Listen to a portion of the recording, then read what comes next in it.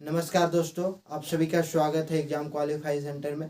मैंने पिछले वीडियो में बात किया था भारत के विदेश नीति तत्व एवं विशेषता। अगर आप नहीं देखे हैं तो उसको देख लें, क्योंकि बीए फाइनल ईयर में इस बार वो सिलेक्टेड क्वेश्चन है और आएगा ही।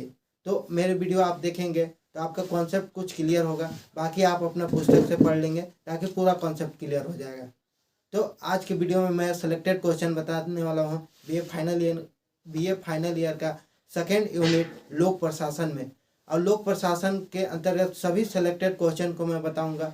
मैं अपने वीडियो के माध्यम से जो क्वेश्चन बताऊंगा वो लगभग आएगा। अगर आप मेरा वीडियो देख लेंगे तो आपकी तैयारी हो जाएगी। तो आप वीडियो पूरा देखें और कमेंट करके पूछ भी सकते हैं कि आप अन्य सब्जेक्ट में मैं बता दूंगा सिलेक्टेड क्वेश्चन जो बीए फाइनल ईयर 2023 में आने वाला क्वेश्चन है। तो आइए आज के वीडियो में बात करता हूं मैं लोक प्रशासन के बारे में। तो दोस्तों, लोक प्रशासन जब सभी देश आज़ाद हुए, पहले सैनिक राज्य हुआ करते थे। सैनिक राज्य होने के बाद जब लोक प्रशासन मतलब लोकतंत्र आए, लोकतंत्र यानी डेमोक्रेसी और ब्यूरोक्रेसी यानी नौकरशाही जब आया तो लोक प्रशासन का एक व्यवस्था है नौकरशाही, उसके बारे में भी मैं पूरा वीडियो बनाऊंगा। और डेमोक्रेसी यानी प्रजातंत्र के जब राज आए तो प्रजा के कुछ कल्याण करने के लिए लोक प्रशासन का व्यवस्था बनाया गया। लोक प्रशासन के अंतर्गत प्रजा की कल्याण के लिए व्यवस्था बनाया गया, जिसके अंतर्गत प्रशासनिक व्यवस्था है। प्रशासनिक व्यवस्था जो जनता के कल्याण के लिए है। जनता की कल्याण दो तरह से किया जाता है, एक लोक प्रशासन के माध्यम से एवं एक निजी प्रशासन के माध्यम से। लोक प्रशासन के अंतर्गत सभी का कल्याण किया जाता है, पूरे राज्य के सभी निवासियों के लाभ के दृष्टि से किया जाता है। लेकिन निजी प्रशासन में व्यक्तिगत लाभ के हित में रखते हुए कल्याण किया जाता है या चलाया जाता है प्रशासन व्यवस्था, व्यक्तिगत प्रशासन व्यवस्था। तो जब दोनों में अंतर तो ये पता चल गया कि जो लोक प्रशासन है वो लोगों के लिए कल्याण के लिए चलाया जाता है। अब व्यक्तिगत प्रशासन भी लोगों के कल्याण के लिए चलाया जाता है, लेकिन ये व्यक्तिगत लाभों के लिए चलाया जाता है और प्रशासन द्वारा सभी के लाभों के लिए चलाया जाता है। तो जब एक समान दोनों में धारणा होगी तो एक समान विशेषता भी पाई जाएगी। तो हम विशेषता के बारे में नेक्स्ट वीडियो में बात करेंगे। आज इस वीडियो में हम दोनों के बीच अंतर की बात करेंगे कि दोनों के बीच क्या अंतर पाया जाता है। लोक प्रशासन एवं निजी प्रशासन में अंतर। एकाधिकार। दोस्तों, जो लोक प्रशासन व्यवस्था है जो सरकार या गवर्नमेंट के माध्यम से चलाई जाती है, उसमें एकाधिकार रहता है। उसमें नियंत्रण किसी एक व्यक्ति का नहीं रहता है, वो गवर्नमेंट के नियंत्रण में रहता है। लेकिन जो व्यक्तिगत प्रशासन चलाया जाता है, जो निजी प्रशासन चलाया जाता है, वो व्यक्तिगत नियंत्रण में रहता है। आप ऐसे भी देखते होंगे जो गवर्नमेंट स्कूल है उसको संचालित कोई और करता है, उसको चलाता कोई और है, और वहाँ के जो पद प्रमोशन ये सब रहता है अन्य संस्था के माध्यम से किया जाता है। लेकिन जो व्यक्तिगत स्कूल रहते हैं उसमें व्यक्तिगत हाथ रहता है, वो जिसको चाहे रख सकता है, जिसको चाहे ना रख सकता है, क्योंकि उस लाभ को अर्जित करना चाहता है व्यक्तिगत प्रशासन में। इसलिए व्यक्तिगत प्रशासन में एकाधिकार प्राप्त है, वो अपना जैसे चाहे कर सकता है। लेकिन लोक प्रशासन में एकाधिकार प्राप्त नहीं, कोई एक व्यक्ति निर्णय नहीं ले सकता है। दूसरा है उत्तरदायित्व। दोस्तों, दोनों में तो समान उत्तरदायित्व रहते हैं। लोक प्रशासन भी चाहता है कि हम लोगों को सुविधा दें, हर चीज को उपलब्ध कराएं।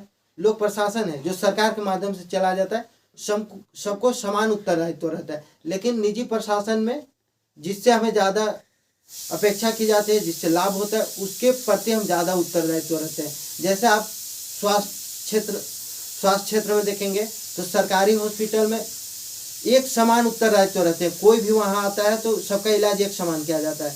लेकिन जब हम प्राइवेट हॉस्पिटल में जाते हैं तो एक समान हमें इलाज नहीं किया जाता है। जो अधिक पैसा देता है उसके प्रति ज़्यादा उत्तरदायित्व होते हैं। लेकिन लोक प्रशासन में सभी के प्रति समान उत्तरदायित्व रहते हैं, और निजी प्रशासन में सबके प्रति समान उत्तरदायित्व नहीं रहते, क्योंकि इसमें लाभ कमाना रहता है। तीसरा है सेवाएं सुरक्षित। जो लोक प्रशासन के माध्यम से चलाया जाता है, सरकार के माध्यम से चलाया जाता है, उसमें सेवाएं सुरक्षित रहते हैं। जैसे हमें जो शिक्षा मिल रहा है वो हमें सुरक्षित माध्यम से दिया जाता है। स्वास्थ्य की सुविधा जो दी जाती है उसकी सुरक्षा की गारंटी दी जाती है, लेकिन निजी प्रशासन में सुरक्षित भावना नहीं रखा जाता है। अगर आप प्राइवेट स्कूल में पढ़ेंगे तो आपको प्राइवेट कंपनी आपको काम नहीं देगी, दे भी सकती है, लेकिन सरकारी संस्था से आप जब प्राप्त करते हैं शिक्षा तो आपका एक हक बनता है कि हमें सरकार काम दे, तो उसमें आपको हक मिलता है, सुरक्षित मिलता है। तीसरा, प्रतिनिधित्व। जैसे लोक प्रशासन में एक दूसरे के प्रति उत्तरदायित्व रहता है, लेकिन निजी में प्रतिनिधित्व नहीं रहते। आपका हम काम करेंगे, निजी प्रतिनिधित्व में काम कब होता है? जब हम पैसा देते हैं, लेकिन सरकार प्रतिनिधित्व रहती है, काम करने के लिए बाध्य रहती है। कोई भी व्यक्ति उनके सामने अगर काम करने आए, जो समस्या रहती है उनका समाधान करने के लिए वो प्रतिनिधित्व रहता है, उसके लिए वो बाध्य है, लेकिन निजी प्रशासन कभी बाध्य नहीं रहता है। विधि, जो लोक प्रशासन है वो एक नियम के अंतर्गत चलता है और विधि के अंतर्गत ही सभी व्यक्ति, उसमें जितने कर्मचारी स्टाफ रहते हैं सभी काम करते हैं, और विधि को कोई एक व्यक्ति के माध्यम से नहीं बदला जा सकता है। लेकिन निजी प्रशासन में अगर विधि के माध्यम से इसमें भी चलता है, लेकिन जो इसमें गलत है या जो सही लगता है ये तुरंत बदला जा सकता है, लेकिन उसमें लंबी प्रक्रिया रहती है, उसमें जो सही रहता है उसी विधि को बनाया जाता है।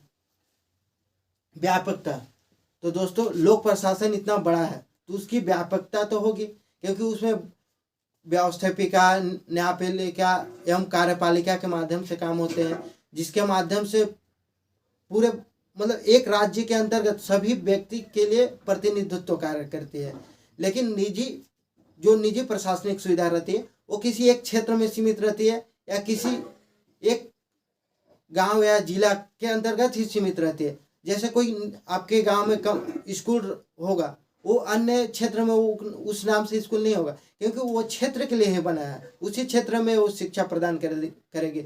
लेकिन सरकार के माध्यम से जो प्राथमिक शिक्षा दी जाती है, माध्यमिक शिक्षा दी जाती है या उच्च शिक्षा दी जाती है, सभी क्षेत्रों में दी जाती है।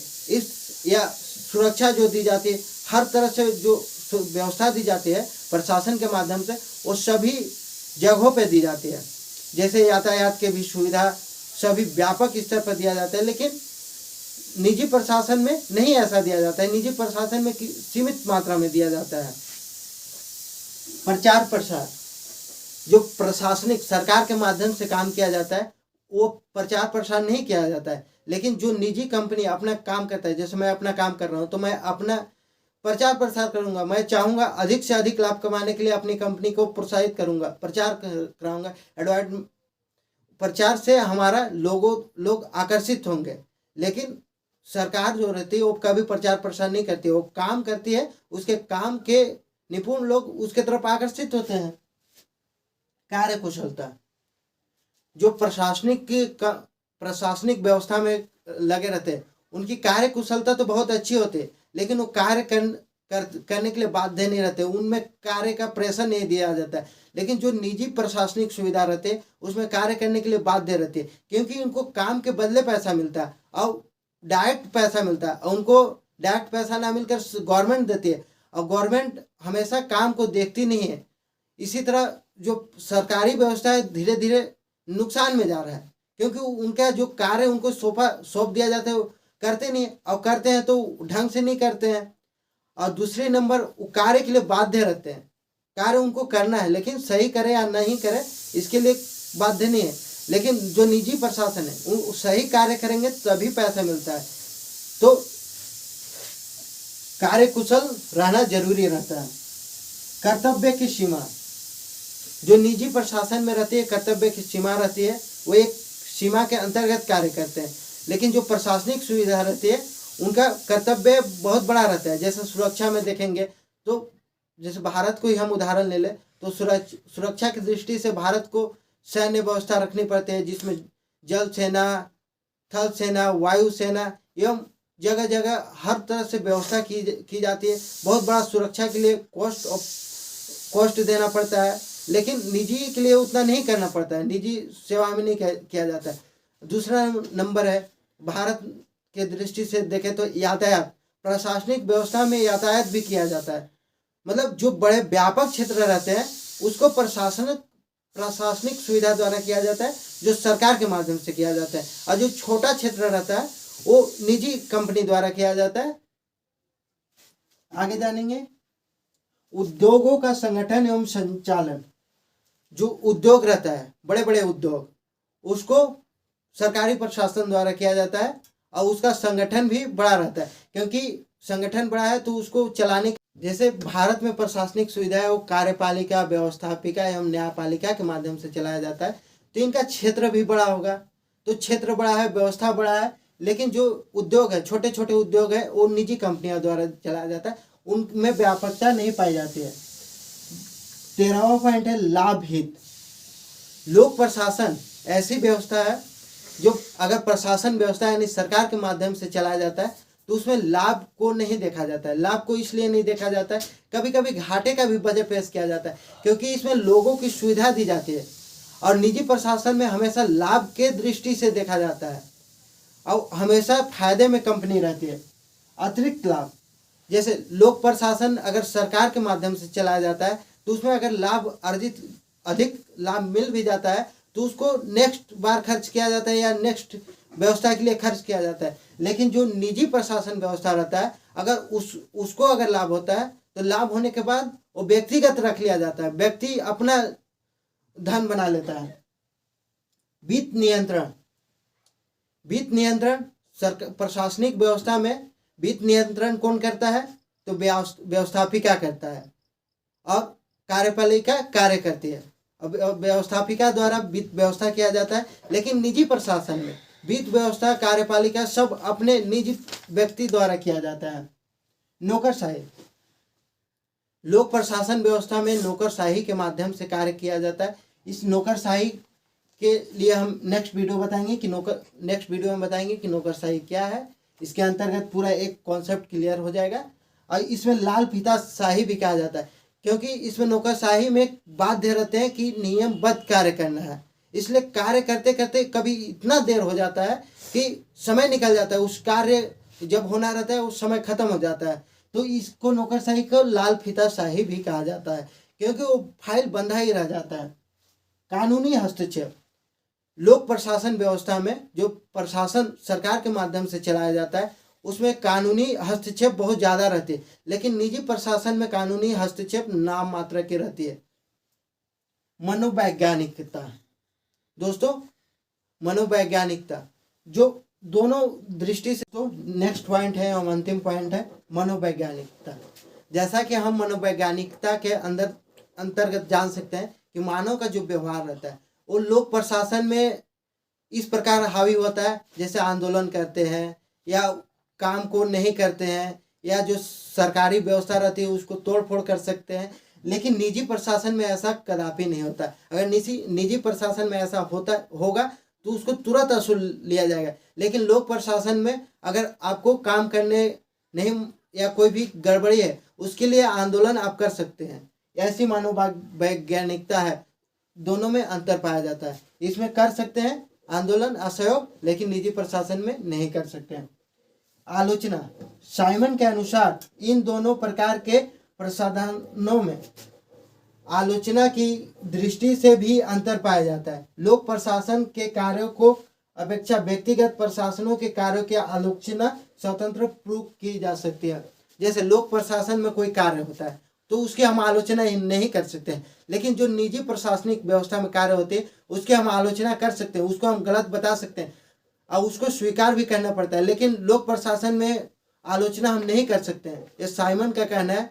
तो दोस्तों, आपको वीडियो कैसा लगा आप कमेंट करके जरूर बताएं, और नेक्स्ट वीडियो में हम लोक प्रशासन क्या है एवं नौकरशाही के बारे में अन्य कथन पे हम वीडियो बनाएंगे। तब तक के लिए थैंक यू दोस्तों, मिलते हैं नेक्स्ट वीडियो में।